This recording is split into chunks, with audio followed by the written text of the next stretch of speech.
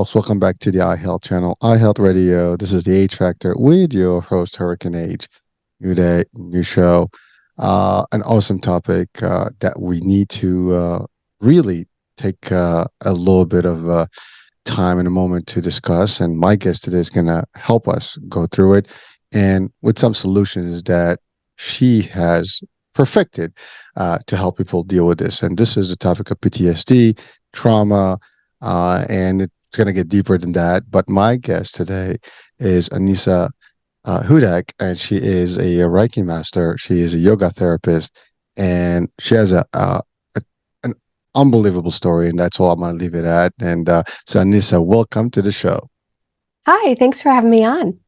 It's a pleasure. I know we've been waiting for this moment for a minute, but we're here, and I know we're gonna deliver something unique to our audiences because I've covered a lot of topics on PTSD and different angles, but not the angle that we're gonna talk about today, specifically your story, and also, we'll get into the yoga and as a therapy method to tackle some of the PTSD and trauma that people may I guess, have in their lives. And sadly, a lot of people do get traumatized somehow, and there's that aftermath of trauma that lingers along. And some people can handle it, some people can't. Sometimes people take drastic measures and even take their lives, unfortunately. And the more we do educate people on how to potentially navigate, this, first of all, we'd like them to avoid hopefully any trauma if we can. And if prevention is everything, preventative is always good, but things happen. Life is crazy, and there's a lot of bad things that can happen to anyone, anytime. So, Anissa, let's talk about your story and what got you into what you do today.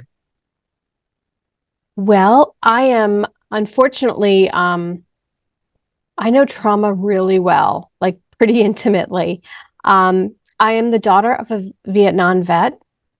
We didn't know at the time. However, my dad struggled with PTSD all of his life, from the war. I am also a two-time rape survivor. My husband also was active duty military, and he did 3 deployments over in the sandbox, Afghanistan and Iraq. And so I know PTSD. I know trauma, unfortunately. My life is kind of like a really bad Hallmark movie, except my dog didn't die. Um, and you have to be able to laugh about it at some point because, the humor helps. I do admire that. I mean, just the brief introduction right now, people are probably watching and listening like, what the hell is going on? I mean, you just listed almost every single bad scenario that people can entertain or at least think of, right? You got war, trauma is definitely something that comes with war, regardless who. Now you as a child of a veteran, that's one, because if your parents have PTSD or any type of trauma, there's a reflection on how they behave, and so that's one. Then you've married into military, therefore you had to endure that part of it, and 3 tours is no fun. Definitely not. When we're talking Afghanistan and or Iraq, those are like some hot spots that people were literally. I mean, there's a lot of suffering, from those experiences. And then you just added a little bit to the fire there when you stated that you are 2 times rape. Uh, I mean, I don't even know what to say to that one. I mean, it's rape that's another crazy element of life that shouldn't happen, but it does happen, and sadly, and people watching and listening, you have to listen in today because we're gonna get some real advice, maybe signs, things to look for, and or places to avoid, people to avoid, whatever the case may be, and or if that ever happens, whatever it is, we need to make sure that we know what to do and who to seek help with, and what measures we take to prevent any further issues, or specifically dealing with the trauma that comes with some tragedies such as those things that you just mentioned. So Anissa, let's talk about so the story. The first thing is about your father. I mean, first of all, Vietnam was a brutal war, and people have seen atrocities there. And so, if someone came back from there, there's definitely going to be some level of trauma, and depending on what that level is, it's going to be in your face. So you as a child, what were some of the things that you've experienced, from your dad? I didn't understand some of the things that he did, some of the things that he said. Growing up in my house, Vietnam was like a dirty word. We could curse all we wanted. However, Vietnam was not a word we were allowed to utter, and we knew not to go there.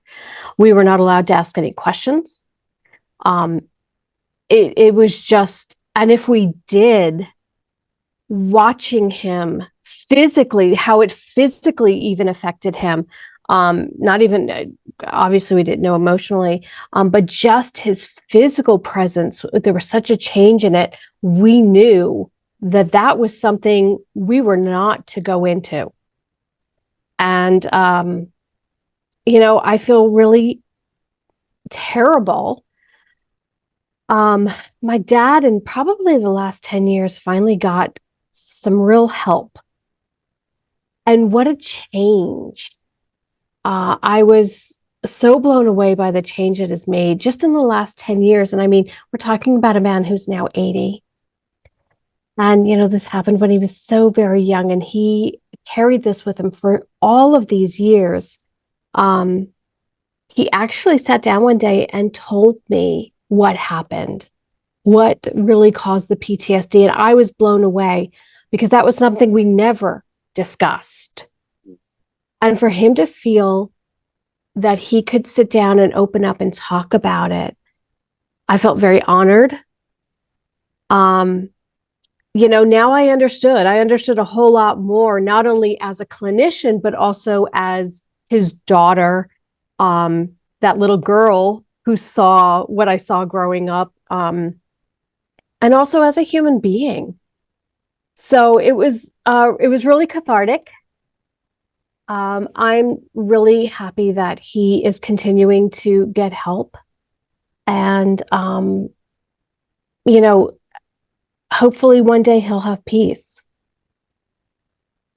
Well, we hope so, and for everyone that's suffered some level of PTSD, I mean, we want and hope that they all find peace, hopefully sooner than later. But it is an interesting fact that you said that he's taken all these years. I mean, Vietnam was way back then, and recently you said only 10 years ago, or last decade, you've seen some gradual improvement, but that whole period of time, I mean, when you hold something inside, I mean, it's gotta burn, it's gonna have a direct impact on everybody around you. So what are some of the things that you've noticed from him, and as someone that's immediately been affected with this? Um, you know, like I've noticed with my clients, it's all pretty much the same. Sleep disturbances, nightmares, um, lack of mood management. He angered really quickly, and a lot of my clients do. Um, maybe making not some of the best decisions. A lot of impulsivity. Oh boy, I can't say that word. Being very impulsive. Woo! Impulsive, that's it. Woo! Yeah, couldn't get that out. Impulse driven, that's it. There we go. Thank you. So, not unlike a lot of my clients. Um, and when I started seeing it in my clients, I was like, hey, I know this pattern. I know what's happening here. I've seen this before. And so, yeah, those are some of the things that I noticed. Well, I mean, just a curious question. As a child, I mean, was there any aggression towards you or your family at the time, or no? No, So, but absolutely not. Thankfully, absolutely not. He never physically abused us or anything like that. Verbally, yes. Um, however, he took the brunt of it. He really did. And all of those men and women who came back from that time, they were doing such horrible things. They saw saw and experienced such horrible things there. And then they came home, unfortunately, to a country that didn't welcome them back, that didn't say thank you. And that just added such another layer to it. And it's disgusting. And um, however, they all have said, we're never going to let that happen again. And they have tried to do everything possible to connect with the new veterans to make sure that they know that their service is appreciated and that they're not alone. And I think that that's amazing that such a group of people said, yeah, it was quite frankly shitty, but we're not going to let this happen again. And they welcomed this new group of veterans in with just open arms. On this, I mean, the Vietnam War was a controversial war, and so therefore it was just a lot of hype about it. And as you said, it was not the welcome that you'd get from a hero welcome, as we say, from when we come back from a war or from any type of, I guess, victory. In this case, it was just a chaotic one, and you're right. People died, people saw atrocities there, and then they just suffered, and they came, and that was it. And I mean, I've actually met a few veterans myself that are from that particular war, and I even interviewed. I believe someone that did go through that stage, and it is a tough one. And you're right, it's very difficult because there we've had more veterans from since then, and a lot of wars since then. I mean, personally, I'm not a big fan of war, period and out. I mean, I don't think there's anything good that comes with war. And sadly, I get, to defend yourself is one thing, but war in general, it's like that song, "Was It Good For?" Absolutely nothing. That was a song that came out, I think, Yeah. at that same time.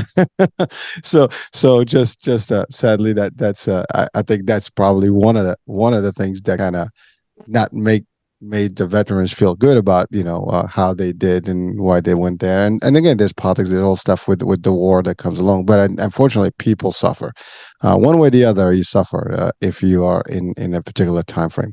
I mean, we don't even go to war, and we see stuff sometimes and hear about it, and we get traumatized and we feel that. So imagine if you're really there. Now, so the good news is he was not. I mean, obviously, I get it. You get very easily agitated. You can raise your voice. You can get a little bit abrupt, and so there's nothing you can do to that. And that's actually the lowest, spectrum of anger, right? So luckily that was good. Now you did go on and married someone who was also military, and that was a choice. So again, I'm not even gonna go there. I mean, what got you into it? But I guess love is what it is, right? It happens, right? And you did. But was your husband also subjected to any PTSD throughout his tours, or he was fine? I mean, I know some people went on tours, but they didn't see a lot of action. But some others really, some again, they saw the bad stuff and got involved into some crazy things, and therefore they do have those nightmares and the same reaction that you mentioned first. Anything you want to shed a light on that?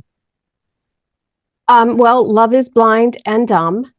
Um, you know, You're listening uh, to that, folks, right? So be careful out there. yeah, I have no idea what my parents were thinking letting me at 23 get married. I have no idea. But there I was. And of course, we were not in war at that time. And so it was just kind of playing military until 9/11 happened. And I was 7 months pregnant.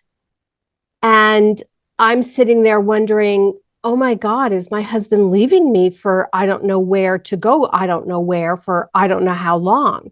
Is he going to meet his child? I mean, all of a sudden we weren't playing military anymore. Now, Sure I things. knew that he and the troops were really incredibly well trained. Um, and so I was I felt comfortable and confident that, he and his men would be okay. He would make sure of that. Um, However, there's still this, oh my gosh, this is real now. All of a sudden it became very real. And actually what happened was he had of 9/11, he had actually put himself into a position where he was away from troops for 6 years. And so at the end of the 6 year mark, we were still in Iraq and Afghanistan. And, he's like, I got to get in the war. Like, I got to get, or else my career is going to be done if it isn't already.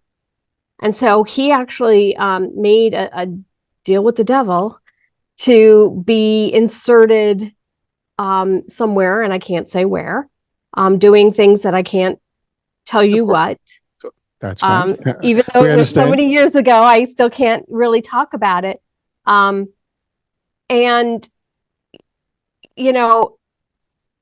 yeah, he was gone for 3 years out of 5. As when he came back the first time, within 24 hours, we knew he was leaving again within 12 months. And that kept going. So he was gone a year, back a year, gone a year, back a year, gone another year, and then finally returned. So within 5 years, he was gone 3. And when you have that kind of a rotation, you never fully unpack, because you're leaving again. You never fully integrate back into society, back into your home, because you've got one foot still left there. And that took a toll. And yes, and I would say a little less of him came back every time. And so, yeah, we had to deal with some things that were not pretty. We still deal with things that are not pretty. Well, I think one of the luckiest pieces is that your work helps people. So therefore, you're able to potentially mitigate some of that. And so, I mean, again, I know maybe a client is one thing, your husband could be something totally different.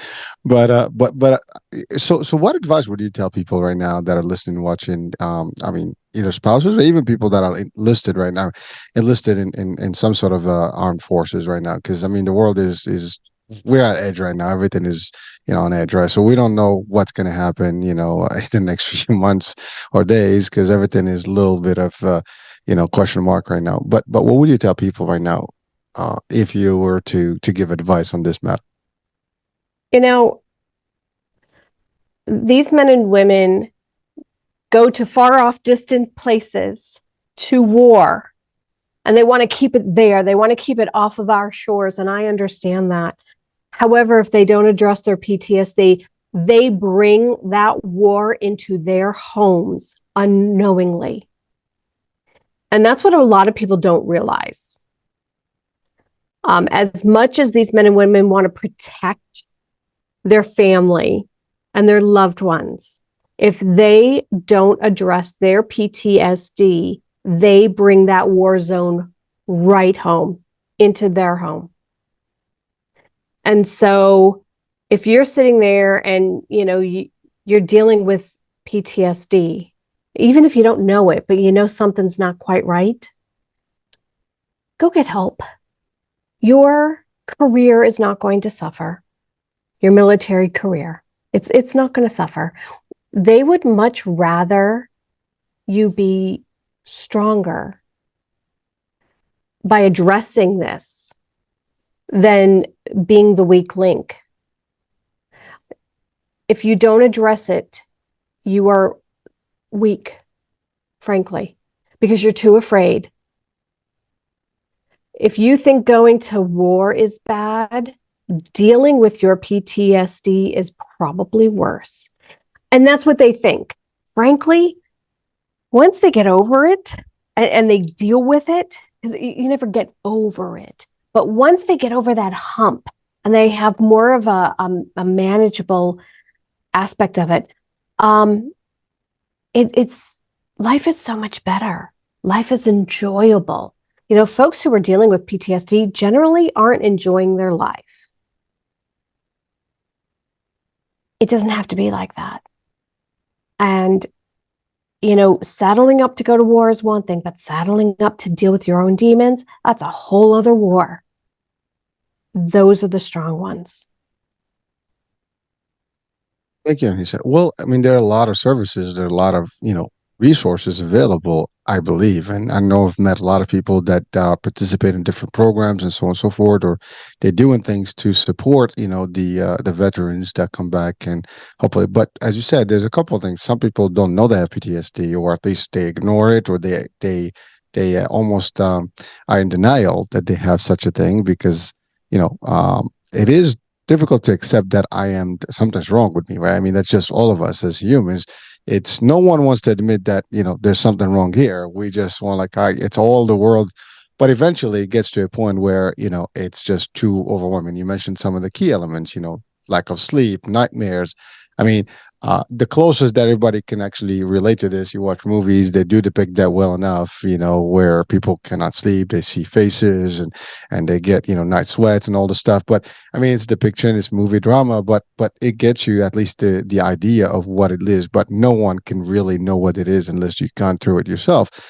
So it's a tough thing to even pill to swallow, and it does take a toll on the family members because they're the ones that are first hands, facing this particular dilemma of this particular person. Because a person leaves, another person comes back literally because I don't think, I mean, it's the same person, but they have something different about them. You mentioned something about demons.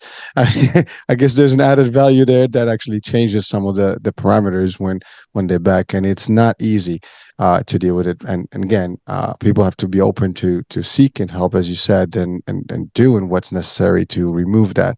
And again, I think all the therapy in the world, is great, but it is a difficult process, and it requires a lot of willness, and will from these people to actually get better. So now that we've talked about that, and I think we've spent enough time on that.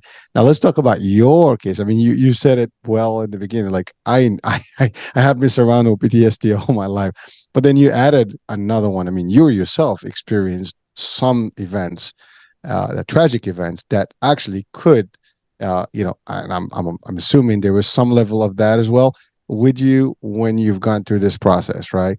Of rape, which is, I mean, it's tragic. So would you care? I know there's some things you can tell us, some things you can't tell us, but just tell us a little bit about what you can and how did you deal with it yourself, and then we'll transit into the therapy part and you becoming the master of yoga therapy here and Reiki, stuff. Let's talk about that. Well, the first time was I was 18. It was date rape. I was dating a guy and things were going great. And then in the middle of us being intimate, it was not so great.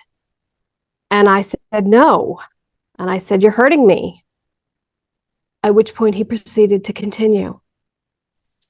And he actually got off on the fact that he was hurting me. And, there are people who enjoy that. And as long as it is mutually consensual and there are safety words and protocols in place, there is nothing wrong with that. However, that was not the situation. And I was left thinking, okay, what just happened here? And it's funny because now I run a free Facebook group for women who are survivors. And one of the questions that I get asked a lot is, I don't know if I've been raped or not. And usually when somebody asks me that, I'm already kind of thinking in my head, the answer is yes, but go ahead and tell me what happened. It's funny how a lot of women walk away from situations saying, what just happened here? I know it wasn't right. I know I don't feel great, but is it really rape? And I can, say that, if at any point it goes from being consensual and safe and loving or enjoyable to something that is not, yes, that is rape. Well, I think you defined it in the fact that if it's not mutual, it's not agreed upon, and you say no, stop, whatever, that's the end of it. Anything beyond that becomes actually forceful, and therefore that's by definition rape. And But I think that goes back to what I said. It's the denial effect, right? You don't want to accept that it happened, and it's that part of it. And to be honest with you, I mean, I have my personal opinion about those people that do these actions. I mean, for me, they should have the extreme sentences. you know, if the law permits it, I mean, they have to suffer the highest level of punishment so they don't do it unless we learn. But I mean, sadly, there's a system, and sometimes these people don't get away with it too. So, but it is out there. It is happening. It happens every day, and there are victims on a regular basis. And people have to be just aware and avoid hopefully any of this stuff. And I mean, there's a lot of discussion. I mean, if you talk to someone that's religious, there's a whole level of scrutiny that comes along with that. But when you have, I mean, today's society, it's not as religious as it had been historically. So therefore, there's that open relationship early on, and therefore these things do happen. And by the way, they happen not only at a young age; it can happen at any time. And I'm sure the groups that you've created, you see women at all ages that where this is happening.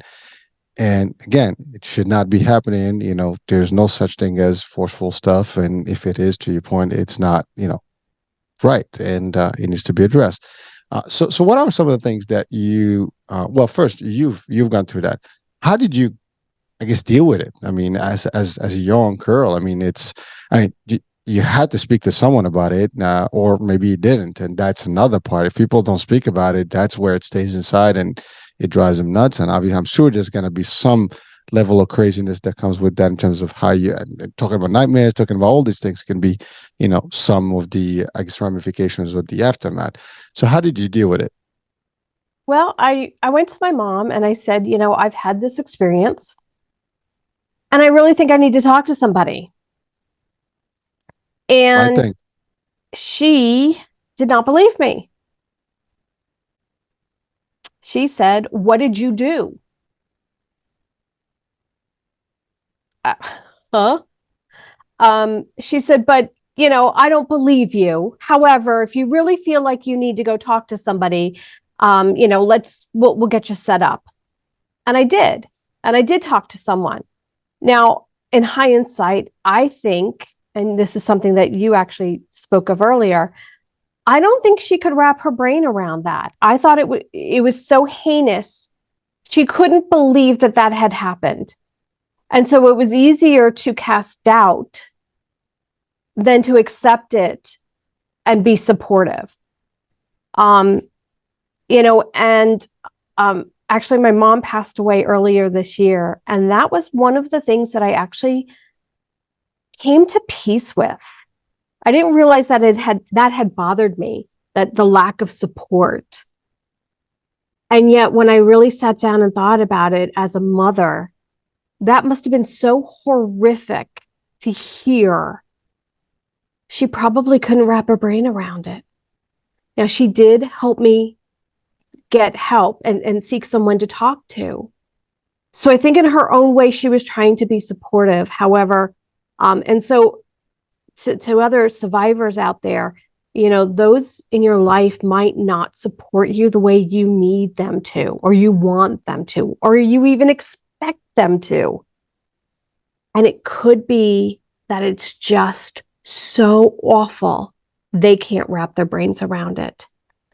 And now there are people who just aren't that way and just aren't supportive. And, I get that too. However, to get back to your question, yes, I spoke with someone. And, the great thing about talk therapy is that you hear yourself say it.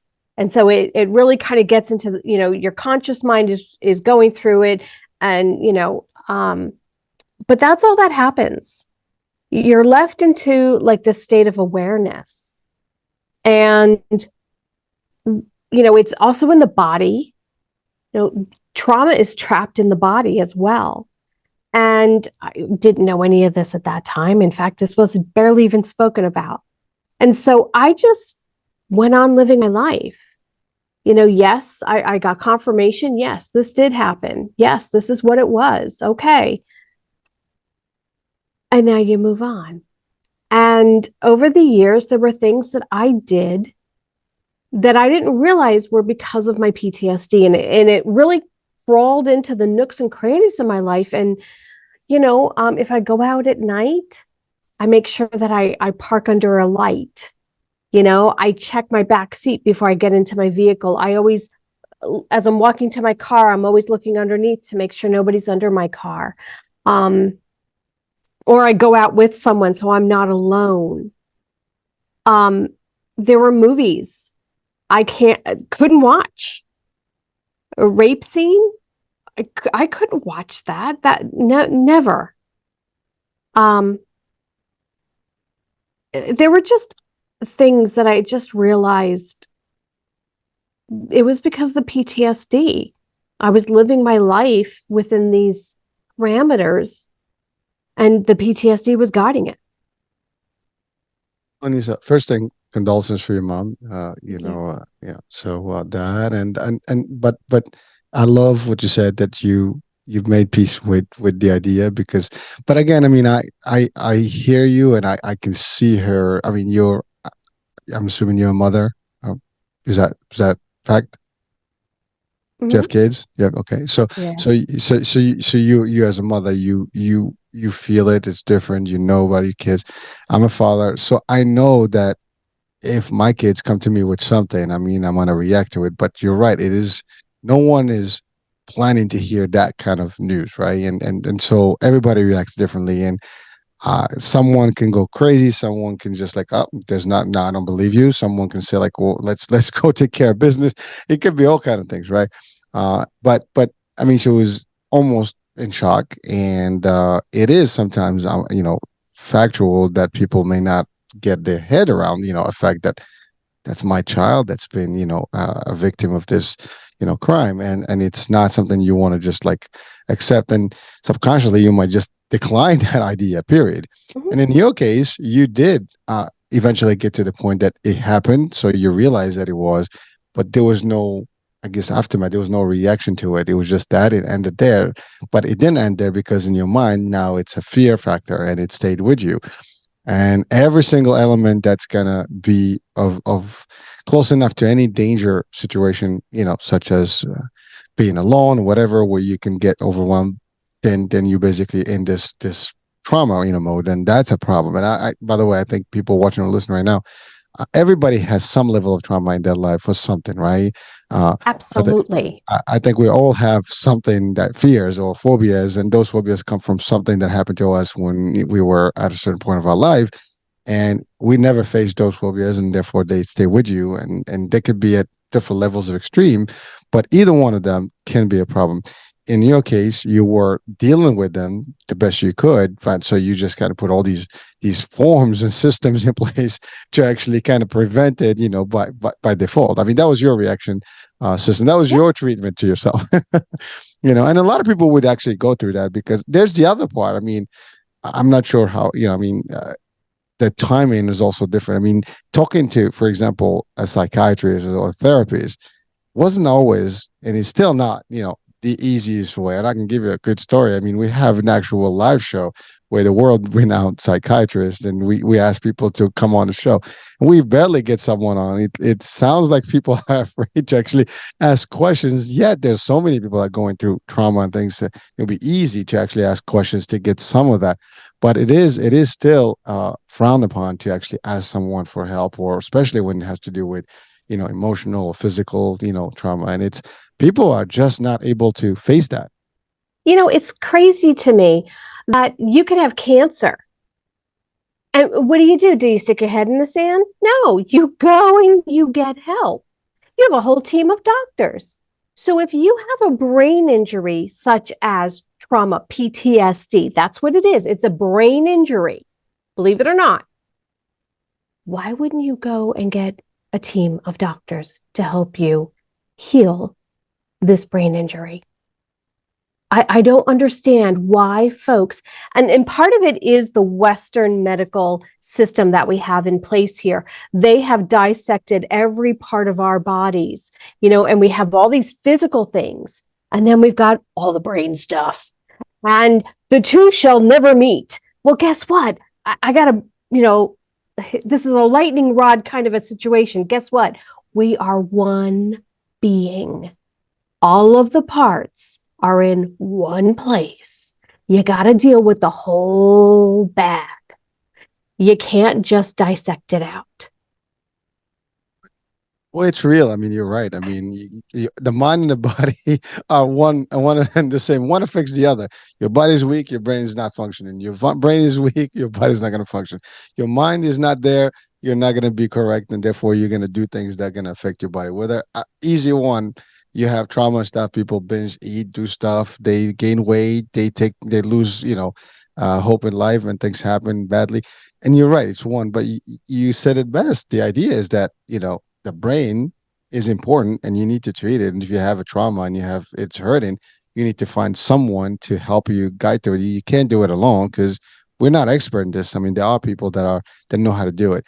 Now, luckily, you took the route of learning how to be one to help, which, by the way, I have to say, I always say this in many, of the shows because I admire people who have gone through a tough time, whatever that is, and they took the route where they don't want other people to suffer, and therefore they make it their own journey and mission to give back and help others, not to get to the point. I mean, you're here on the show to do exactly that, but you're doing the work out there to help people avoid or at least prevent if if potentially possible, but that's one way. But if not, at least helping them navigate and get better in the short or long term. I'm not sure, so we'll talk about that.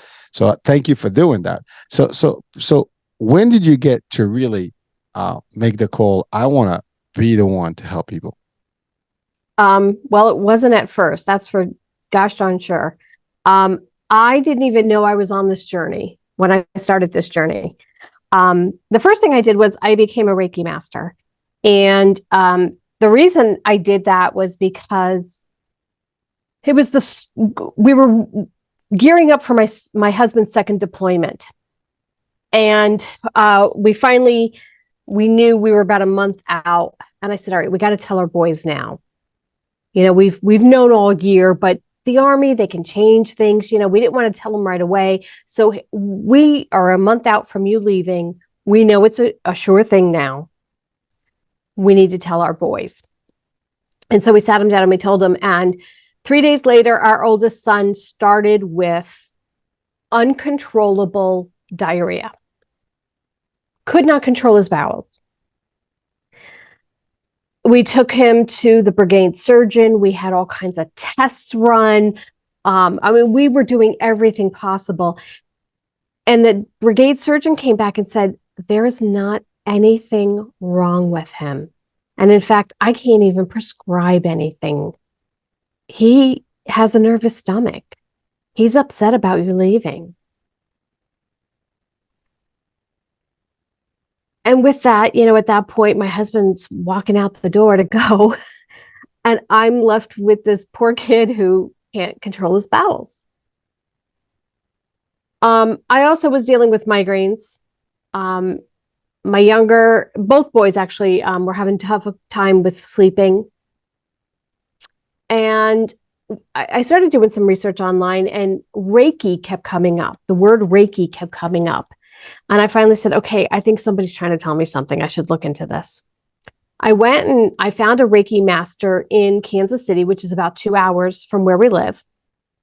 And of course, before anybody's going to touch my kid, they're going to do it to me first because, I don't know what this is, And I went and I had, just a little, right?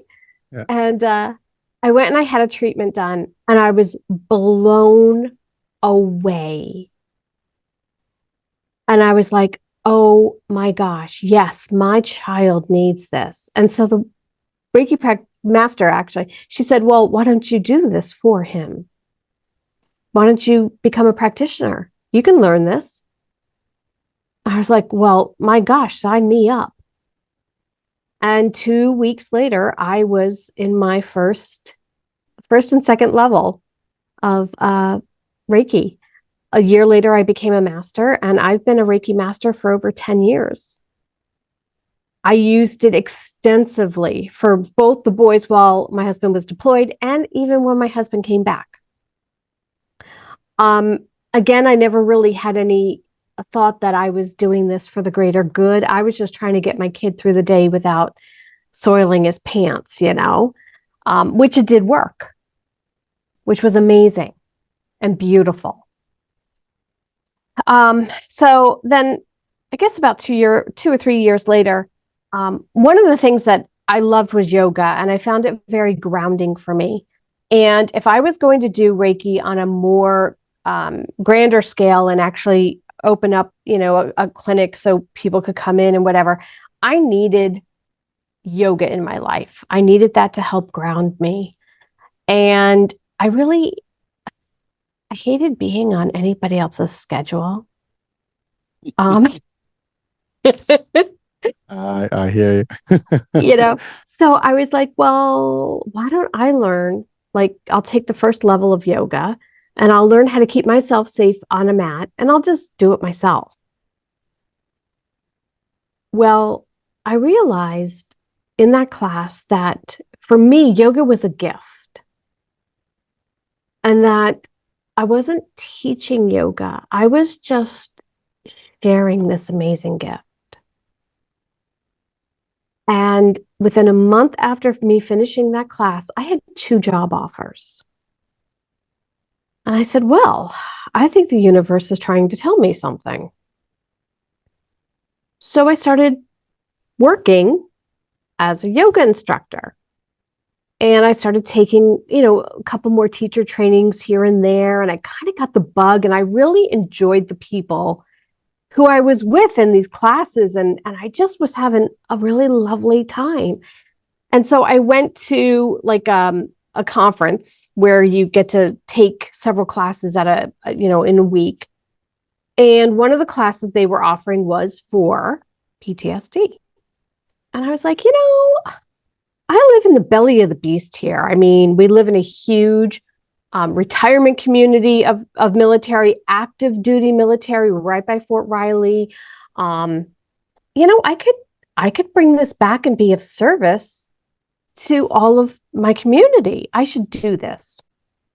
And then I got into class and I was about halfway through the first day and I said, oh, crap. The first person I got to work on is right here. It was then that I realized how PTSD had really, as I said, crawled into the nooks and crannies of my life and was holding me back. Things that I just thought that I did because I was quirky. It wasn't because I was quirky. It was because I had PTSD, for God's sakes. And that is what really blew the lid off of all of this. When I started really looking at it and how I was living my life, I said, oh my goodness, this is really controlling me more than I've got control over it. And I didn't like that. And so it started this journey of self-discovery, self-healing. It was really wonderful. And then at some point I said, all of these people around me can utilize this. And I need to share this. And so I started working for the WTB, which is the Wounded Soldier Battalion here at Fort Riley. And I would work with not only the soldiers, and these soldiers had, you name it, physical ailments or ailments that you couldn't see. I had amputees. I had guys literally connected to IV poles. I had amputees. I had folks in wheelchairs, crutches, you name it. And then I had the folks who had the unseen bruises. And I worked with them for over 3.5 years. And it was one of the most amazing experiences. I also got the opportunity to actually start my own practice here in Manhattan, Kansas. I had a yoga studio, and I was working with private clients at that point as well. And I just decided that, as much as I enjoyed working with the soldiers, and they were great, I loved the soldiers. They were so much fun. Getting to work with specifically women who were like me, that's really what filled my well. Watching a woman being able to make a shift on a mat, priceless. And so that's really where I went ahead and really geared my entire practice to, was women who were like me. Yeah, there's quite a bit of story how it all started. I mean, not what I thought, but you know what? There's always a reason for things to happen, and I mean, you're right. I mean, you as a mother, you felt that you needed to help your children. You were looking and seeking what could be, and then you wind up the one that's doing the healing, and then eventually you get basically yourself into this world of greatness of healing thing, and you did that. So just one thing for our audiences, if you don't mind. I know we talk about Reiki, like everybody knows about it. Can you just share? I mean, you and I may know about it, but for our audiences, there might be people like maybe this is the first time they hear about it, or at least they don't understand how it works. And you being a master, and then how does that journey look like, and what do you do as a Reiki master? And then I do want also to talk about, because everybody thinks yoga is just those positions that you see in, in the studio. I mean, that's about it, right? But this is yoga therapy, and if you can just elaborate on the difference between standard yoga and what you do as a yoga therapy concept.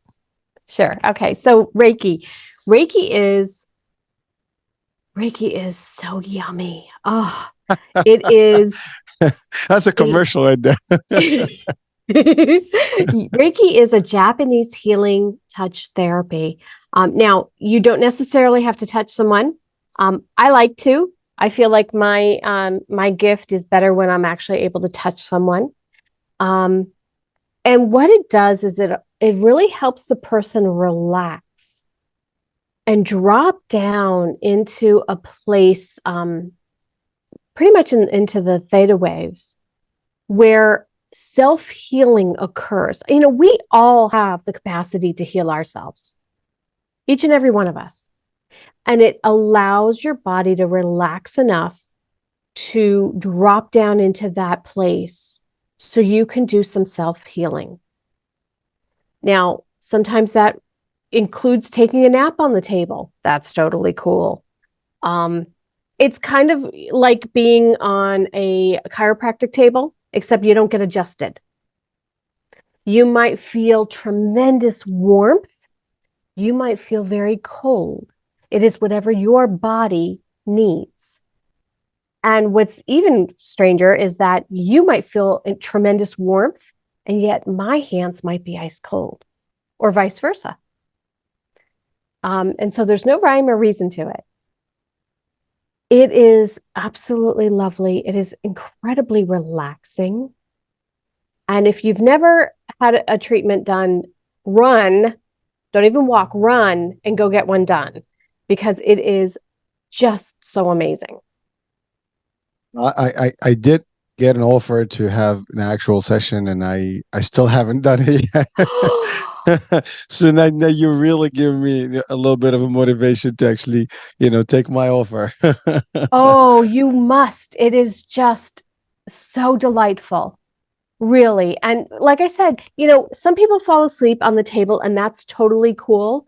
It's probably gonna Again, be me. sleeping is a form of healing, and that's okay. All kinds of things happen on the table. I've had people scream. I've had people talk like a chicken. I've had people cackle because they're laughing so hard. I've had people who talk the whole time. I have people who don't talk the whole time. Um, what's really interesting is that if you are on the table and you feel the sensation to either belch or pass gas, that is an excellent thing. That means that your body is becoming aligned and it's working the way it should. And so I tell people, listen, if you have to pass gas, I'm a mom. I have heard it, smelled it, seen it all before. Like, you will not offend me, you know? Um, let it go, because that is your body actually getting into alignment, and that is a good thing. I have people who sneeze uncontrollably on my table. Can't figure out why, but that's what their body needed to do. It is delightful. It is lovely. And if you are dealing with something trauma, PTSD related, and you don't feel like you're quite ready to go talk to someone, this is a great place to start. You do not take off your clothes. You have all your clothes on except for metal. Your practitioner will probably ask you to take off your shoes, belt, watch, anything like that. But otherwise, you remain totally with your clothes on. You can get a blanket, you can get a pillow. I mean, it is wonderful, but it's a great place to start on your healing journey if you don't feel like you're quite ready to go talk to somebody. Like a relaxation session. I mean, really just, just like a Zen moment there. It is. It really is like a very incredible Zen moment. Um, and I highly, highly recommend. Listen, I mean, you're an expert. This is what drives you. So I'm sure you see I can see the excitement just from you talking about it, because you know what it is. I mean, for someone who has not experienced it, probably. I mean, for me, very a good example. I love cruising. I talk about cruising like it's like the only way to can vacation, right? And when you know something, or like martial arts, that's my life, So I talk about it like, in real, excitement. And that's really what I'm getting from you here, because the energy that's coming out, like this is like the best thing that can happen. So, I will definitely have to try this, because I can use that. I think we all can use a level where we can get to that alignment, with ourselves. And, I mean, whether it's meditation, yoga, and things, I mean, I think all this stuff aligns. And these are ancient things. I mean, you talking about this is Japanese. This is not something that's recent. This is, you know, uh, uh, Over 100 years. alternative stuff. That's Yeah. been in play, and people have been using these techniques and these methodologies to actually get better and heal better. So that's the Reiki. And then what's the difference between the yoga concept, which is standard, just stretching positions, versus yoga therapy, and how does that, I guess, make a difference in somebody's PTSD, case? Okay. Well, so yoga is made up of 8 different parts. The positions, that's only one of them. That's all we know. Okay. So, but if you look at the world of yoga as a big pie and you split it down the middle, one side of it is fitness-based yoga. And so you have, Ashtanga and Bikram and co-ed naked hot yoga and all kinds of aerial yoga and all kinds of wonderful fun stuff, right? And that's really based on moving your body. Are you going to have a Zen moment? Sure, absolutely. You're going to have some Zen moments in there. But it's more about moving the body and really having fun in that area. Now, when you look at yoga therapy, generally, as a yoga therapist, we kind of pick a group of people we want to work with. And so there is, yoga therapy for cardiac rehab, for cancer, for MS, CP, CF, seniors, you name it, arthritis. And we work with that group of people to help them reach goals.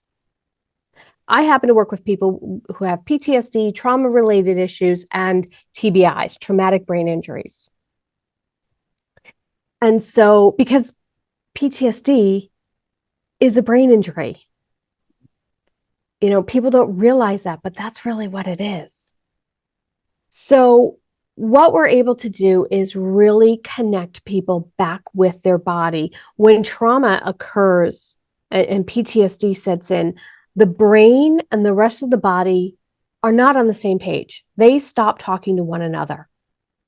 With the yoga therapy, we are able to get the brain and the body to start talking again and to get realigned. The more and more you do it, the more and more it becomes aligned. And the more often, the longer it stays aligned. It's kind of like chiropractic care.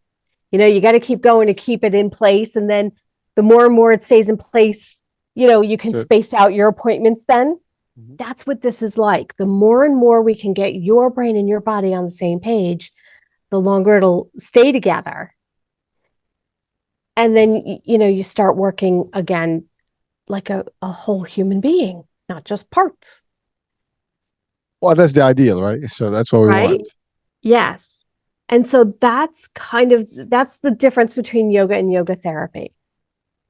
Well, thank you. So I mean, essentially, I think between Reiki and yoga, if you do all this stuff, I think we all can be better. We can get fixed in a lot of ways. I think we all are going through life, and you and I, we had the brief discussion before about like how we're doing.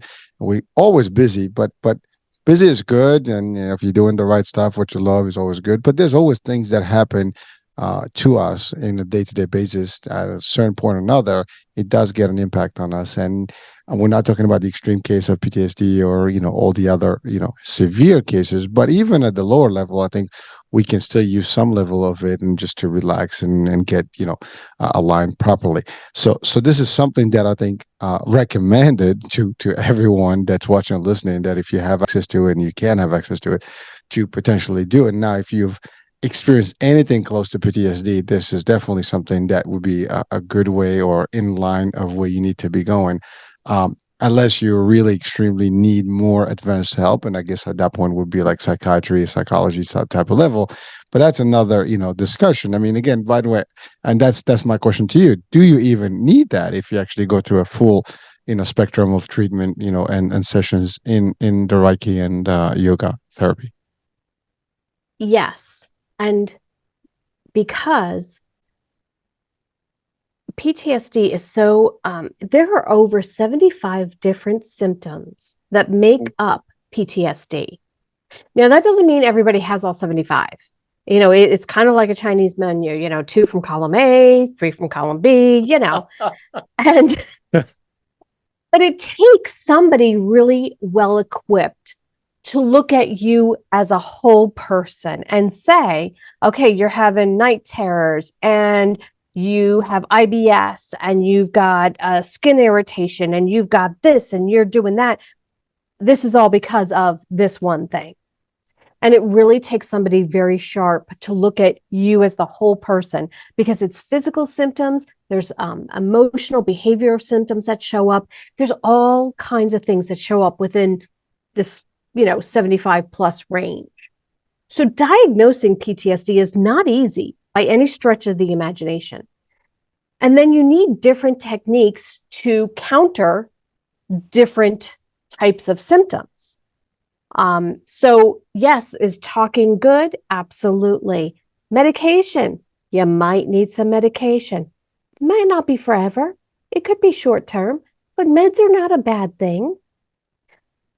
And then working your body, moving your body in certain ways, whether it's just Reiki or not just Reiki, whether it's Reiki, maybe it's having a massage, maybe it's chiropractic care, maybe it's martial arts, maybe it's not even yoga therapy, maybe it's martial arts. For me, as much as I loved martial arts, it made me very aggressive. All 4'8" and a half of me. And I was friends actually with a gal who was a 4-time world champion Tang Soo Do. And she was amazing. And I picked a fight with her one night. I was in martial arts for 3 months and then told never to come back.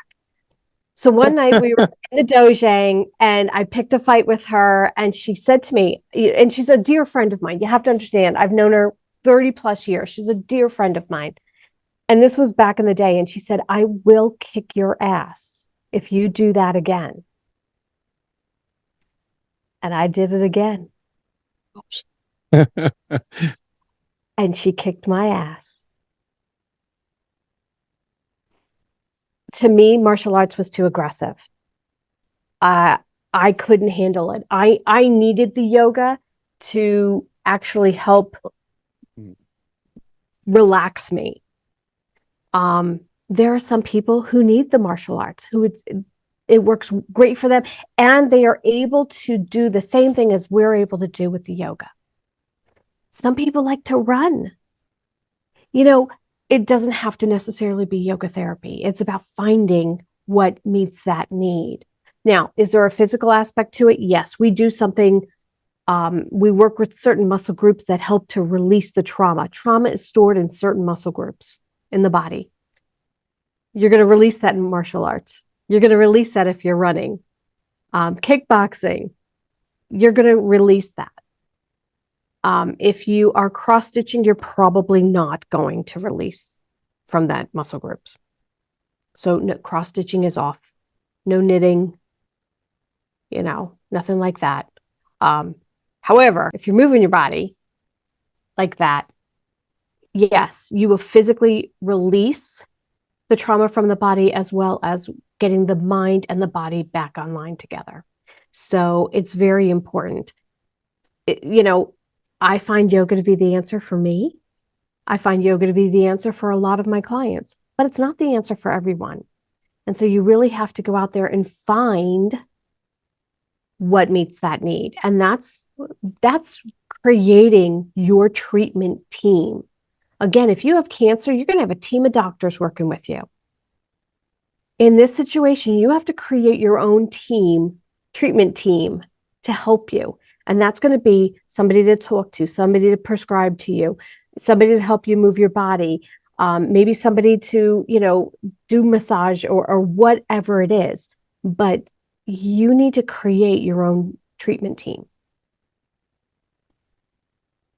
Oh, well, listen, I mean, it's so clear that we need a level of this. And to your point, I mean, there's a lot of things. It's not one thing that is as per definition of PTSD. I think you got to know what drives people and what actually is the triggers for these things. And not everybody's going to have the same thing, but ultimately, you mentioned over 70, types of things that are wrong, and therefore, I think each one of us may have one or two of these, if not more.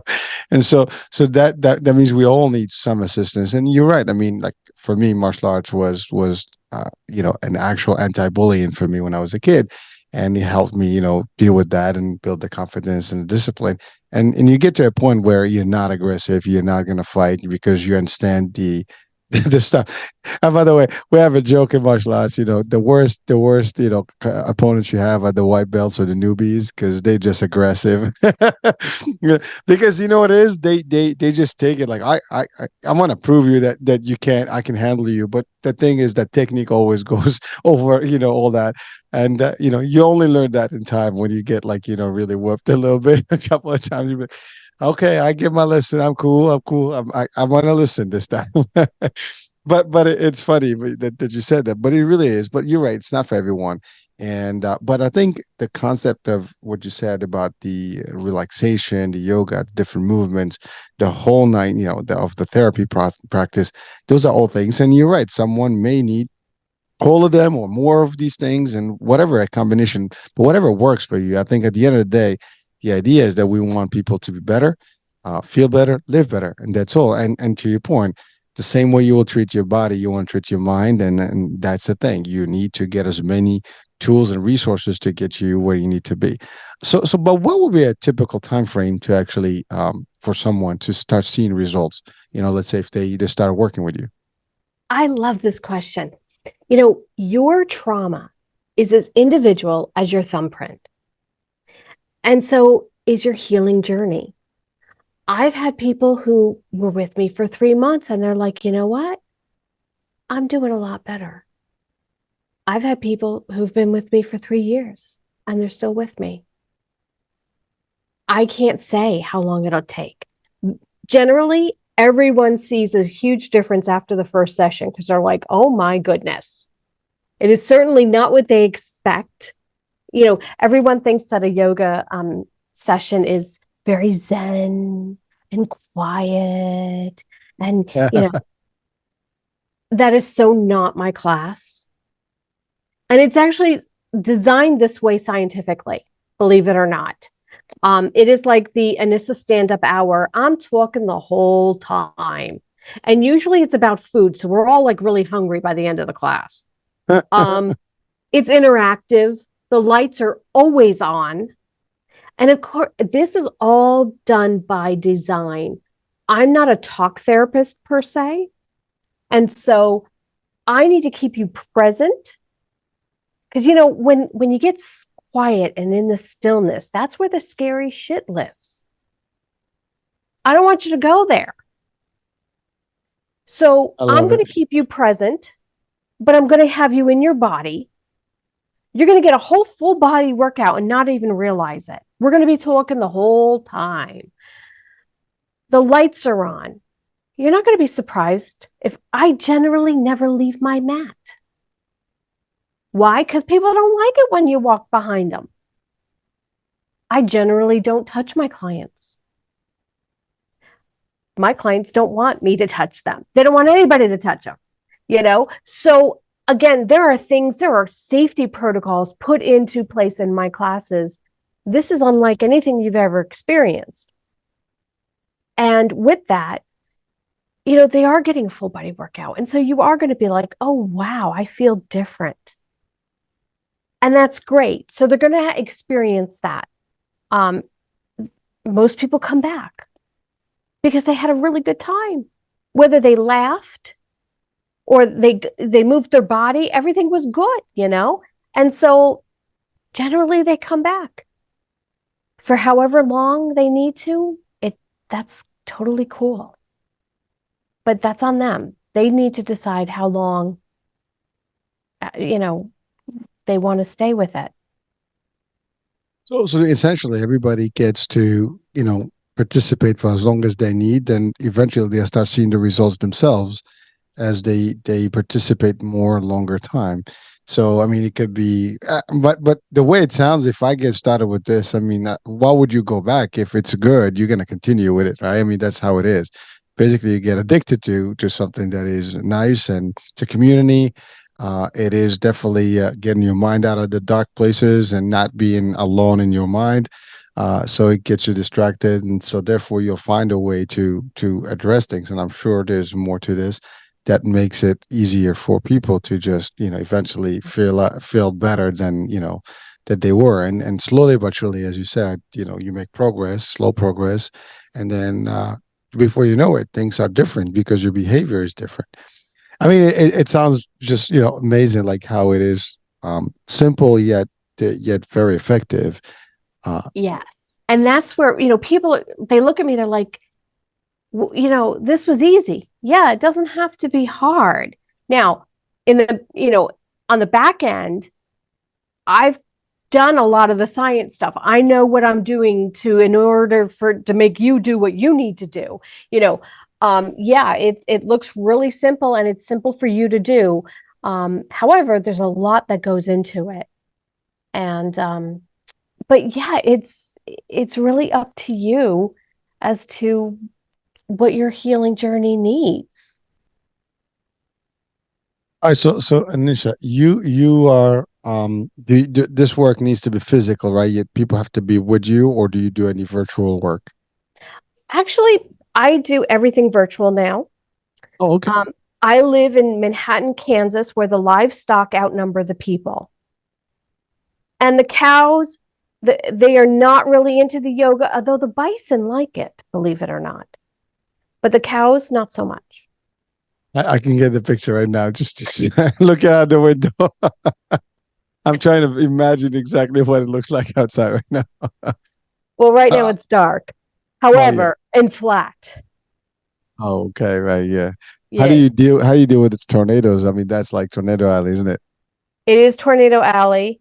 Uh, And I'm from New York. And so, like, my first tornado, I was standing outside watching it. And a friend of mine called and said, "What are you doing?" I'm like, must "I'm be from New watching York. it." They're like, "Get inside." Yeah. You gotta hide down the cellar. That's it. I mean, yeah, it is. It is. I mean, it's amazing how it is down there. But I mean, I've been to Arkansas close enough, and Oh, I'm yeah. sorry. Uh, oops. Okay. All right. I've been to Texas and Arkansas, so I mean, I was close enough, but not close, I guess. Borderline. It's all the same once you get past the Mississippi. I'm totally convinced. However, so yes, to answer your question, I am totally online. I really wanted to be able to reach more people. And like I said, there's more livestock here than there are people. I mean, this is awesome because you can really help people pretty much everywhere. Anyone that can, connect with you online can get a session, can get it, the formulas, and I'm sure you show them how it's done. I don't know if there are videos that you share with them or any protocols that they have to follow, but ultimately they register for a course, for, not a course, but for a program, and then basically work with you for a period of time to get better, and that's about it. So is there an assessment that it's done in the first place, like if I come to you, we got to go Yes. over like some basic questions? Yes. He's like, Yes. yeah, I asked a lot of questions. A regular yoga studio probably would have you sign a waiver of some sort and things like that. This is a little different. There is a questionnaire, a health questionnaire, and we do an assessment, and I need to know certain things. Um, and that way I can really help to address your needs specifically. And so, yeah, there's a little bit more that goes into it. Not much, but All right, some. it is what it is. So I have a question for you. Is that board behind you? I love that message there. Don't trade your authenticity for approval. I love it. I couldn't help it. I mean, I've been reading it all this time. That's pretty powerful stuff. I mean, it's good advice for people. So if you're watching right now, yeah, this is good advice. So thank you for sharing that. Thank you. I appreciate that. Well, listen, I mean, I know we've just passed our hour here, but this has been real, and it was a powerful discussion talking about PTSD, about rape, and all these things that can happen, and we just have to be vigilant out there. We have to be aware, and we need to seek help, and there are different ways to get help, and this is definitely a way to do this. And you've been doing this for a period of time there, that therefore you can, and you've helped a lot of people. So, folks, we have a resource with us, and again, our network is not only to bring information but also resources to you. So Anissa is here, and she can help anywhere. So it doesn't matter what country, what border. If you speak English, I think you can do it. That's all there is. Yes, and I actually speak a couple of different languages. So Oh, yeah, I mean, there there you you go. go.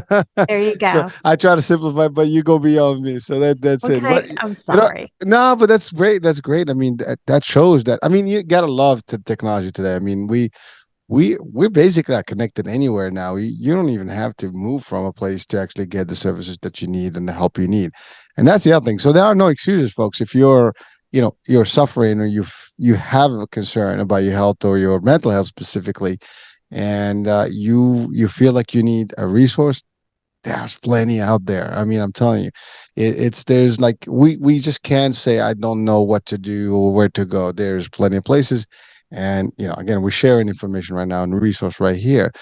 So Anissa, one thing I always leave our folks with is advice from you. So what would be some of the advice to give our audiences right now before we close the show?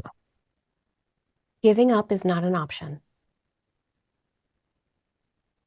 You are needed here. You have special gifts that we all need. And so giving up is not an option. There you have it, folks. There's no reason to. I mean, really, there. Like again, there's no excuse. Don't give up.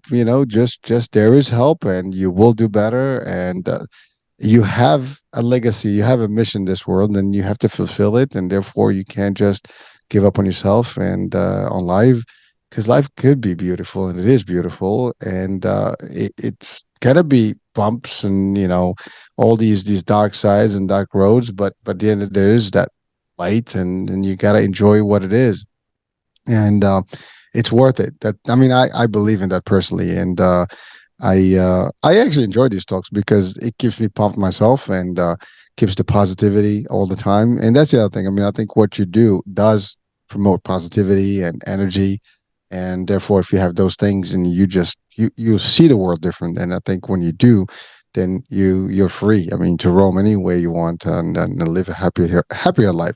And here doesn't mean money, because if you really can understand everything and the way life goes, and your body is good, your mind is good, everything else is secondary. I think if even finances can be secondary, because you will know how to handle yourself with or without. So Anissa, this has been real. I had so much fun. Thank you so much for being with us today. Well, thanks for having me on. I know it was a hot minute for us to get this scheduled, so I totally appreciate it. This was worth the wait. Listen, we had fun. So one more question. The site, your site, where people can connect with you. Oh, you asked the hard question. I know because I know you have an app, but I is that do. I exact? Yeah. do. I'm actually in the process. My website is under construction. Don't you hate when that happens? God bless Oh, technology. So, you know, traumahealingyoga.com, that's a great place for people to reach out to me. And if they're not able to reach me there, then phoenixwomanhealing.com. all right. Either one. So we'll make sure that we have that noted on the description of the show. And now let's talk about your app quickly. So there is an app that you have where people can actually, I guess, connect and get the services. Is There that is. is that active? It actually, right now, it is part and parcel with that new website. So, no, it is not available Okay. right now, but it will be probably by the end of the year. All right. It's only a couple of weeks. I know. I know. That's exciting. Well, I'm sure it's going to be more improved, and so that's always a good thing. Yes. But yeah, so we will make sure that we have the sites on the description so people can connect with you, and then, Wonderful. I mean, that's all there is. So Anissa, thank you so much for being with us, and Thank you. you're welcome. And folks, I hope you enjoyed today. And we've covered a lot of grounds, and now you're closer to Reiki and yoga therapy than you ever thought. And I think this is something that we all can experience, and we should maybe even entertain. So that being said, I'm Hurricane H. We'll be talking soon. New day and show, new topic. Bye for now.